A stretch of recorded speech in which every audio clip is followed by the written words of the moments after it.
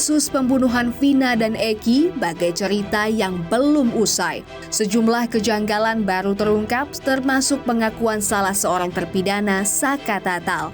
Saka Tatal mengaku diperlakukan tidak manusiawi hingga akhirnya mencabut nyali untuk mengakui perbuatan yang belum tentu ia lakukan. Mau nganterin motor, udah ada polisi. Saya datengin, saya kan ke situ niat cuma nganterin motor. Malah saya ikut ditangkap juga tanpa sebab apapun, nggak ada penjelasan apapun, langsung dibawa. Nyampe di Polresta, saya langsung dipukulin, suruh mengakui apa yang bukan saya lakukan. Saya dipukulin, dijejekin, disiksa segala macam sampai disetrum. Yang mukulin, yang nyetrum itu anggota polisi semua. Namanya saya nggak tahu. Selain nama Saka Tatal, muncul pula dari keterangan saksi Dede. Dede mengakui bahwa semua kesaksiannya pada 8 tahun silam itu adalah palsu. Dede menyebut dirinya diajak oleh Aep dan diarahkan oleh Ibtu Rudiana untuk memberikan keterangan yang tidak pernah ia ketahui sebelumnya. Mau ngapain di sini? Kata Aep, buat keterangan saksi anaknya Pak Rudiana yang meninggal. Nah setelah itu saya tanya, emang mau ngapain kan? Kita tidak tahu peristiwa itu. Nah udah katanya nanti saya arahin, saya ikutin kalau kata saya kan. Dia bilang itu. Nah terus Pak Rudiana datang lah. Saya tanya ke Pak Rudiana juga, Pak Rudiana mau ngapain? Buat keterangan apa? Saksi anak saya yang meninggal kan. Nah disitulah diceritakan saya nongkrong di warung. Kalau warung kan bener Pak, warung malam hanya membeli rokok.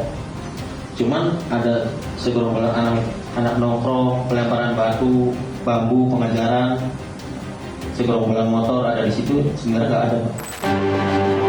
Saksi kunci Aep mengungkapkan fakta mengejutkan. Ia melihat langsung saat Vina dan Eki dikejar oleh 8 orang yang mengendarai 4 motor.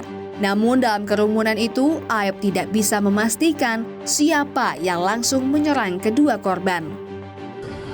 Saya lagi di warung, terus ada pengendara motor yang berpakai seragam yang bertulisan XTC itu lewat, terus langsung dilempari batu. Tuh di situ dilempari batu, terus dikejar-kejar, tuh baru ketangkep. Tuh. Itu dia menanyakan apakah saudara kenal sama orang ini. Ya saya mengenalinya, cuman saya tidak tahu namanya. Kesaksian palsu pada 8 tahun lalu juga diakui Liga Akbar. Ia mengakui telah berbohong dan tidak berada di lokasi kejadian saat Vina dan Eki ditemukan tewas. Foto tersangka tersebar di 2 hari atau lebih dari seminggu lah. Bapak almarhum Eki minta ngobrol personal 4 mata, hanya ngobrol biasa. Dengan cara telepon dan bertemu di mobil. Setelah itu hanya ingin menguatkan, bilangnya soal pakaian almarhum yang dipakai saja itu awalnya. Setelah bertemu dengan bapaknya almarhum itu 3 hari atau 4 hari. Dijemput di rumah. Nggak tahu, saya hanya ngobrol-ngobrol saja, nggak tahunya suruh ikut terus buat BAP. Ada suratnya nggak sebelumnya? Nggak ada, Pak. Surat pemeriksaan? Dari rekan bapaknya. Surat pemeriksaan nggak ada? Nggak ada. Terus diperiksa di mana? Di Polres Cirebon, Pak. Di sisi lain, Ibtu Rudiana, ayah Eki, melaporkan saksi kunci kasus Vina, yakni Dede, Liga Akbar, hingga Dedi Mulyadi ke Polda Jawa Barat atas dugaan fitnah, penyebaran berita bohong, dan pencemaran nama baik. Itu tidak benar ya, karena saya ketemu Dede pun sekali pada saat tanggal 31, dan saya dapat informasi tentang ada perbuatan dari Dede juga. Sebelumnya kenal Pak sama Aep, Pak? Tidak kenal. Sebelumnya tidak kenal. Ya. Pak Rudi, terkait keterangan Liga Akbar yang katanya mencabut BAP di tahun 2016, ya, karena diarahkan oleh Pak Rudiana. Ya. Itu silakan saja, namun apa yang dituduhkan itu tidak benar. Saya kenal sama si Akbar karena dia teman baik almarhum, malah sering main ke rumah pada saat almarhum masih hidup. Artinya tidak ada upaya pengerahan tidak ada. Saya pure sebagai pelapor dan tidak upaya lain. Menanggapi kasus kematian Vina yang semakin jauh dari jalan keluar, pengamat kepolisian ISES Bambang Rukminto menilai muara masalah ini diawali terkait penyelidikan di kepolisian. Rudiana mungkin tidak terlibat dalam penyidikan, dia perannya adalah pelapor. Tetapi dia mempengaruhi itu masih memungkinkan karena, dan yang lebih penting lagi, penyidik yang diberikan tugas melakukan penyidikan itu juga memiliki hubungan perkawanan, kemudian juga tidak menutup kemungkinan ada solidaritas dan yang lain-lain. Pada 11 September lalu, sidang peninjauan kembali 6 terpidana kasus Vina kembali digelar di PN Cirebon.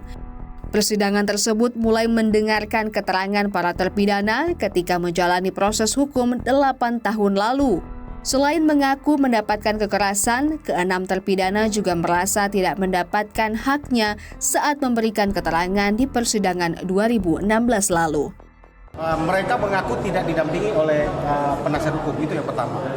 Yang kedua, bahwa penganiayaan dan dugaan penyiksaan itu terkonfirm. Ya, artinya terkonfirmasi betul terjadi ketika dari penangkapan di unit narkoba, dan menurut mereka 6-6-nya mengaku pelakunya salah satunya adalah Bapak Rudiana. Fotonya dilampirkan. Pengadilan Negeri Cirebon menggelar sidang peninjauan kembali di tempat kejadian perkara atau TKP ditemukannya jenazah Vina dan Eki dengan agenda persidangan setempat pada 27 September lalu. Menutup persidangan setempat, Hakim Rizka Yunita meneteskan air mata serta membacakan doa untuk Vina dan Eki. Setidaknya semoga kasus ini menjadi terang ya. Semua menjadi terang, semua menjadi jelas ya. Amin.